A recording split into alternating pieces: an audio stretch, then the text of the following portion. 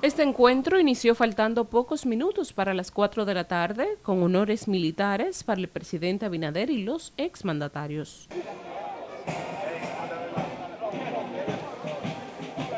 Durante esta reunión se acordó crear espacios en conjunto de una política nacional sobre Haití, convocar al Consejo Económico y Social para construir propuestas, entregar un informe cada cierto tiempo a los expresidentes sobre la situación con Haití y discutir una política exterior unificada sobre las implicaciones con la situación haitiana. Para lograrlo, habrá otros encuentros frecuentes. Los participantes coincidieron en que Haití atraviesa una de las peores crisis humanitarias, institucionales y de seguridad de su historia reciente. La ausencia de un gobierno funcional, el control territorial de bandas armadas y la incapacidad del Estado haitiano para garantizar derechos básicos a su población generan una situación de inestabilidad que amenaza no solo a la población haitiana, sino a toda la región y sobre todo a la República Dominicana.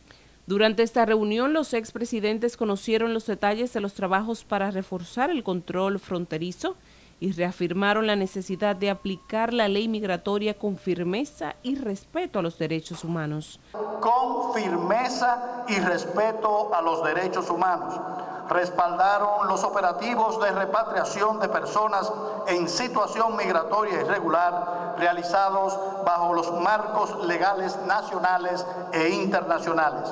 Se insistió en que la República Dominicana no puede cargar sola con las consecuencias de la crisis haitiana y que la solución duradera a este drama solo puede lograrse en el propio territorio haitiano con el apoyo decidido de la comunidad internacional. En la primera reunión del Consejo Económico y Social para tratar el tema migratorio, que estará encabezada por el presidente Luis Abinader, también asistirán estos exmandatarios. Yanela Pimentel, CDN. Nelson Espinal Báez, experto en mediación y resolución de conflictos, abogado, asesor legal también y una persona que tiene importante formación en materia político internacional. Nelson, buenas noches, ¿cómo estás? Un placer estar aquí con ustedes y en particular contigo. Gracias, qué gusto que pudieras venir. ¿Qué te parece tu opinión como experto en mediación con la reunión de los presidentes y expresidentes, o reunión de presidentes, se puede decir, una cumbre? Una cumbre. Una cumbre local. Así es. Es un hito en la historia nacional, es un hito que marca un antes y un después, establece el tono en que debe conformarse y enfrentarse al reto haitiano. Este primer encuentro de muchos implica la posibilidad de que nazca una doctrina de Estado con respecto a Haití, que nazca política de Estado, no política de gobierno, sino política de Estado, de modo que independientemente del gobierno que surja en las urnas cada 4 años, continúe con esa política. Tiene un valor simbólico extraordinario. La democracia se sustenta en simbología, y el símbolo de unidad nacional, el símbolo de una sola voz y de hermanados todos defendiendo una sola nación, que es la República Dominicana, y preocupado por la crisis haitiana, es de un valor inconmensurable para la democracia de nuestro país. Hay países donde los expresidentes no se pueden ni ver. Ahí se persiguen unos con otros, se dicen unas cosas que son a veces irrepetibles. Colombia, Perú. Bueno, en Perú ellos se meten preso uno con otro y se dicen una cantidad de cosas que a uno, desde afuera, a uno le da vergüenza ajena. En Argentina, lo mismo. En Colombia, bueno, ya tú ves que se dicen, bueno, tú eres narco y tú consumes. Y ese es el tipo de conversación que tienen los expresidentes. No, de Nicaragua ni hablar, porque ahí todo lo que pasó es tierra arrasada. Y hasta locura lo están echando para afuera sin nacionalidad. Y los países más cercanos a nosotros, pues, viven su propio sistema. ¿Se podría decir que República Dominicana está dándole un ejemplo a la región? Le está dando un ejemplo a la región y al mundo. Pero para abordar de la forma en que tú la presentaste, tu reflexión y pregunta. Los extremismos políticos, sea de izquierda o de derecha, tienden a elevar el lenguaje, elevar el nivel de insulto y elevar el nivel de populismo, sea de izquierda o de derecha. Y por supuesto hace que haya una mayor división política y en la sociedad. Y que los actores políticos terminen insultándose, como bien explicaste tú en la introducción. Un elemento central de la sociedad dominicana es que todos los presidentes que hemos tenido han sido de alto nivel de centralidad política, centro-izquierda, centro-derecha, centro-centro, y se mueven en ese rango, Una de las razones por las cuales la economía dominicana es tan sólida es precisamente porque hemos tenido gobiernos dentro de ese rango con una visión de mercado con respecto a la economía. Pero eso también trae otras consecuencias. Por ejemplo, no se toman decisiones firmes con algunas cosas. Temas de corrupción, temas sociales, temas migratorios. Se está tomando una decisión migratoria ahora porque tenemos un problema, pero anteriormente hay una ley migratoria, bueno, se cumple o no se cumple dependiendo de la coyuntura política. Pero temas que tienen que ver con sindicatos. Bueno, queremos estar bien con todo el mundo. Temas internacionales, o sea, gobiernos que son tanto centro-derecha, centro-izquierda, centro-centro. En República Dominicana al menos han sido gobiernos que no establecen y no trazan una línea directa de acción para muchas cosas. Pero la razón por la cual no se ha hecho eso no es porque sean centro-izquierda, centro-derecha o centro-centro. No. No. La razón han sido otras, que podemos enumerarla: a la ausencia de institucionalidad, ejemplo en el tema de migración, la corrupción hablemos claro, de las Fuerzas Armadas en migración. O sea, es evidente. ¿Por qué no se toman decisiones contundentes respecto de esas cosas? La política internacional, menor endeudamiento, por ejemplo, repetir presupuestos. Lo que quiero decirte es que no es porque son gobiernos de centro que no se toman medidas firmes. Son por otras razones, que no es porque son de centro izquierdo. Corrupción en las Fuerzas Armadas. Eso es para tomar una decisión firme de limpiar las Fuerzas Armadas y esa corrupción que hay en la frontera. Porque entonces, ¿qué está sucediendo? La dejan pasar con corrupción, entonces el hospital más cercano tiene que hacer todo un registro y tiene que hacer porque está recibiendo parturientas. Entonces, el médico obligado por juramento hipocrático, por juramento como médico, tiene la obligación de recibirla y le están pidiendo que no la reciba. No, él tiene que recibirla y el hospital también. La responsabilidad no es del médico. No es del médico, es inmigración que la dejaron pasar con corrupción. Pero eso no viene porque es de centro izquierda, centro derecha o centro. Eso es ausencia de poder institucional, que es la clave para todo esto. Por eso dije, y es importante, la necesidad de una doctrina y una política de Estado que no se politice cada 4 años, de modo que real y efectivamente se aplique la ley. Aquí en particular la ley de migración, que fue uno de los puntos que se hablaron el día de ayer en el diálogo, la necesidad que la ley de migración se aplique. Uno de los puntos que se trataron fue justamente este. El expresidente Hipólito Mejía había dicho que se hace necesario hacer un nuevo proceso de regularización de ciudadanos extranjeros, de haitianos específicamente. Pero dijo el presidente de la República, no se va a hablar de regularización, esto es prácticamente informativo, para que los expresidentes tengan conocimiento de cuáles son los pasos que se están dando y por qué. Aunque ellos dijeron, no nos vamos a suscribir a algo que no necesariamente se ha consultado, sino que solo se ha confirmado. Eso fue previo a la reunión. Después de la reunión no han dicho nada. Con respecto a ese tema, no. No. Sin embargo, haber discutido entre los expresidentes, tan solo aunque fuera de forma informativa, es incluirlos en lo que es la política internacional con el tema migratorio haitiano a futuro, probablemente.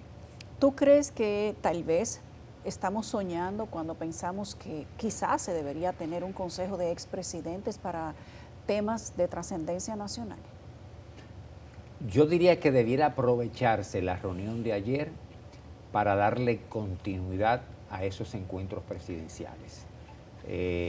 No la creación de una estructura de consejo de presidente, porque al final de cuentas no es restarle poder al presidente, pero sí que esos encuentros ¿Sería restarle poder al presidente? Claro, porque al final de cuentas... Como un escenario de conversación. En Estados Unidos le pasan informes de inteligencia a los expresidentes. Oye lo que tú dijiste un consejo de expresidentes. De expresidentes, sí. Bueno, un consejo de expresidentes para tomar decisiones, no, el que tiene que tomar es el presidente. Informativo puede ser. Informativo sí, consultivo también. Por eso hablo de que continúen estos encuentros, porque al final y al principio la obligación constitucional es del presidente de la República de tomar la decisión.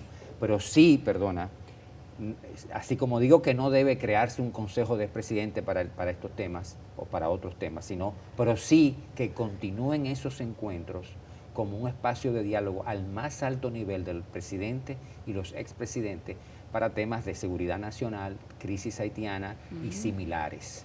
De modo que no se politicen las decisiones, sino que se crean políticas de Estado que sobrevivan y se mantengan, independientemente del gobierno de turno que gobierne, valga la redundancia, el Estado dominicano. Aparte del tema haitiano, ¿cuáles otros temas atraviesa el país que deberían consensuarse? El tema del narcotráfico, el tema de la droga, narcotráfico y el tema de la corrupción. Para mí son tres temas centrales. ¿Por qué? ¿Por qué con ellos? Porque, por ejemplo, ahí estaba uno que le metieron 2 o 3 de los hermanos presos y estaba ahí tranquilo, sentado, jugando su papel, digno el papel de Danilo Medina. Lo hizo muy digno. Sentarse ahí con el presidente del gobierno que le metió presa a la familia. Ojo. A partir del enero del 2017, este país se movilizó por un tema aspiracional con respecto a la transparencia, la institucionalidad y todo aquello. Muchos se movilizaron por razones políticas partidistas, otros por aspiración ciudadana. No voy a entrar en esa dicotomía, en esa discusión nacional. Lo que se dio, por el motivo que sea. Pero una gran aspiración de la sociedad dominicana es la transparencia de la gestión pública, es la rendición de cuentas en la gestión pública. Se necesitan reformas coherentes para profundizar esa transparencia. Y para eso, que ese grupo de expresidentes se reúna y apoyen una reforma de la Cámara de Cuentas. Integral. Por ejemplo, para decirte uno, que ese consejo de amigos de expresidentes, no como estructura, sino como espacio de diálogo consultivo, es ideal, porque va a fortalecer el nivel de institucionalidad y de respeto a las instituciones que requiere la República Dominicana. ¿Para qué? Para abordar lo que al inicio de la conversación tú muy correctamente establecías, firmeza en las decisiones. Y que esa firmeza y que ese poder, Yulisa, venga de nuestras instituciones, no de la voluntad de un hombre o de una mujer, sino del poder y el respeto a nuestras instituciones. Cuando tú hablas de la política de combate al narcotráfico, República Dominicana se destaca como ejemplo a nivel internacional por el tema del combate al narcotráfico. ¿Qué se podría discutir entre presidentes de esa política que no se esté haciendo en este momento? Yo diría la creación permanente de lo que el Consejo que dirige Alejandro Abreu ha llamado la creación de apoyo directo a los jóvenes marginados a los jóvenes de nuestros barrios marginados. Fíjate, se ataca mucho con claridad y con verdadera vehemencia y correctamente el lavado, pero uno de los grandes perjudicados del narcotráfico son los jóvenes, hombres y mujeres de nuestros barrios marginados, que tienen la oportunidad de conseguirse unos pesos fáciles, pero también una cárcel fácil. Así es. En este momento hay que profundizar esto y darle más apoyo a estos barrios marginados para que la droga, el dinero fácil no penetre y no conviva con las necesidades nacionales en esos barrios. Fíjate qué sucede, Yulisa. hay una frase famosa que tú conoces, la necesidad tiene cara de hereje. Cuando un muchacho de 17, 18 años no tiene un peso, pero le dice el de la esquina, llévame esto a la esquina, llévame esto a tal sitio, o llévame esto a tal otro, y te vas a ganar 3.000 pesos. 3.000 pesos. Va a decir un número. Por un mandadito. Por un mandadito así. Y el muchachito va con 17 años, 16 años, 15 años. Se le abre un mundo y no es verdad que va a dejar de hacer lo mismo otra vez. Entonces, esa política a nivel de los barrios para mí es demasiado importante. Demasiado humana, demasiado el sostén de una sociedad está en que esa juventud crezca con posibilidades de crecer económicamente sin hacerlo mal hecho. Y ese espacio hay que dárselo, esa oportunidad, esas políticas públicas en ese sentido.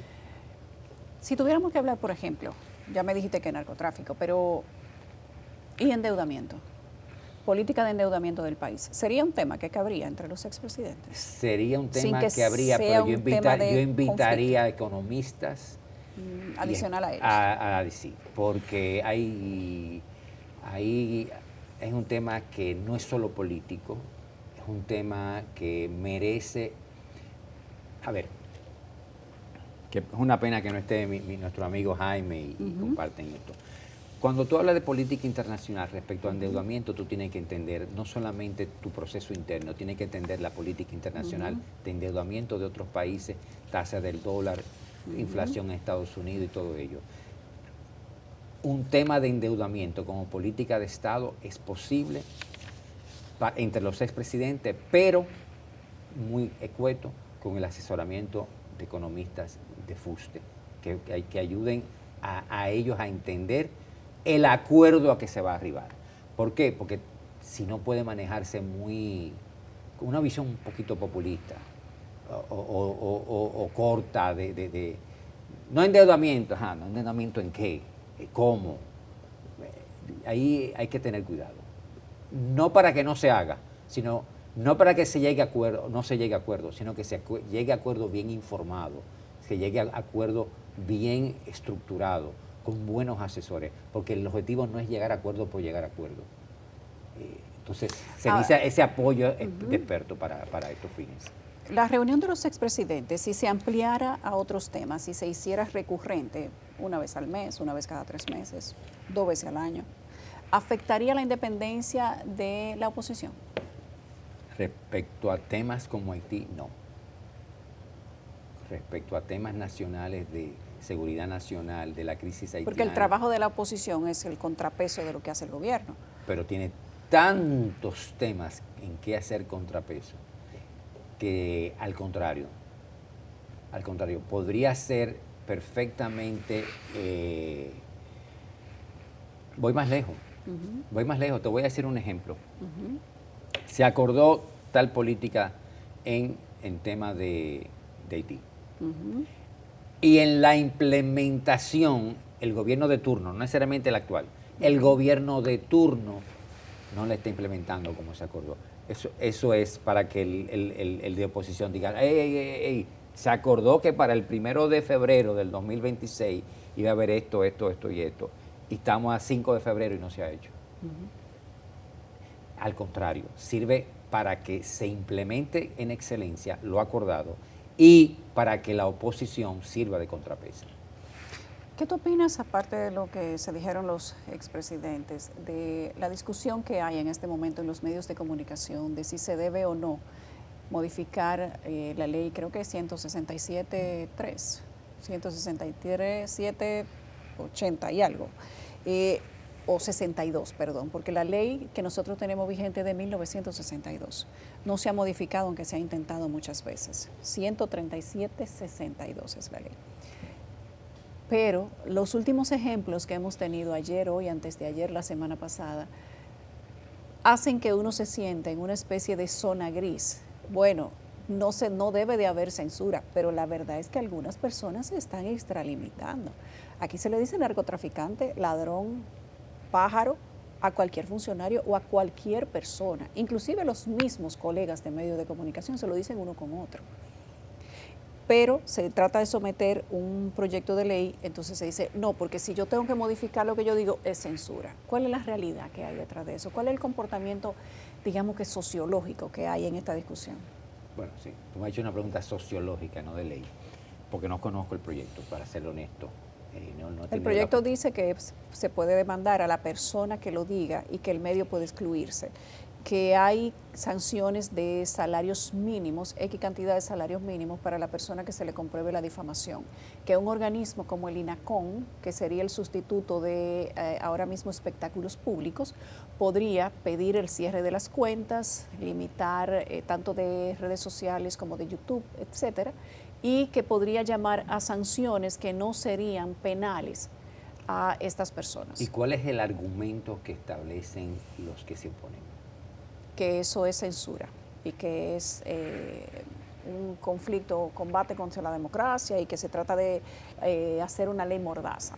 Pues yo opino que no, que yo tengo derecho a hablar, yo tengo derecho a decir las cosas como entiendo que son, pero yo debo defender, respetar, no defender, respetar la honra ajena. Decir ciertas cosas sobre otra persona, sea funcionario, empresario, lo que sea, creo que estamos violando no solamente la ley, sino principios éticos de una comunicación respetuosa.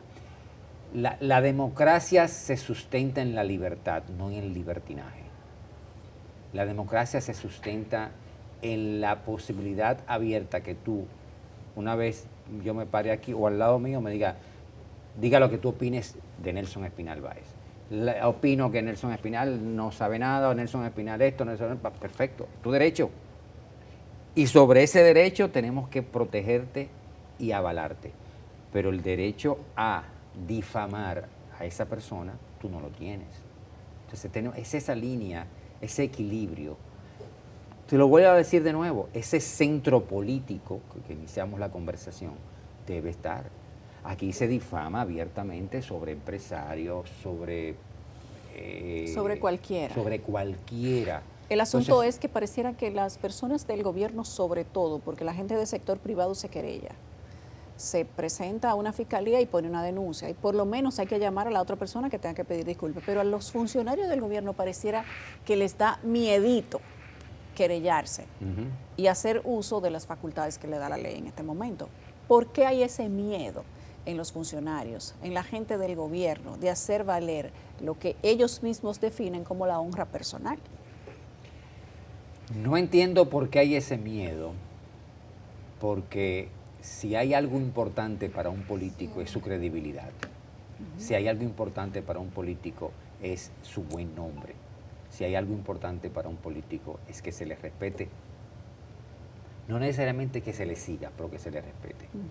Yo creo que es un error de parte de los que han aceptado ser difamados y no querellarse.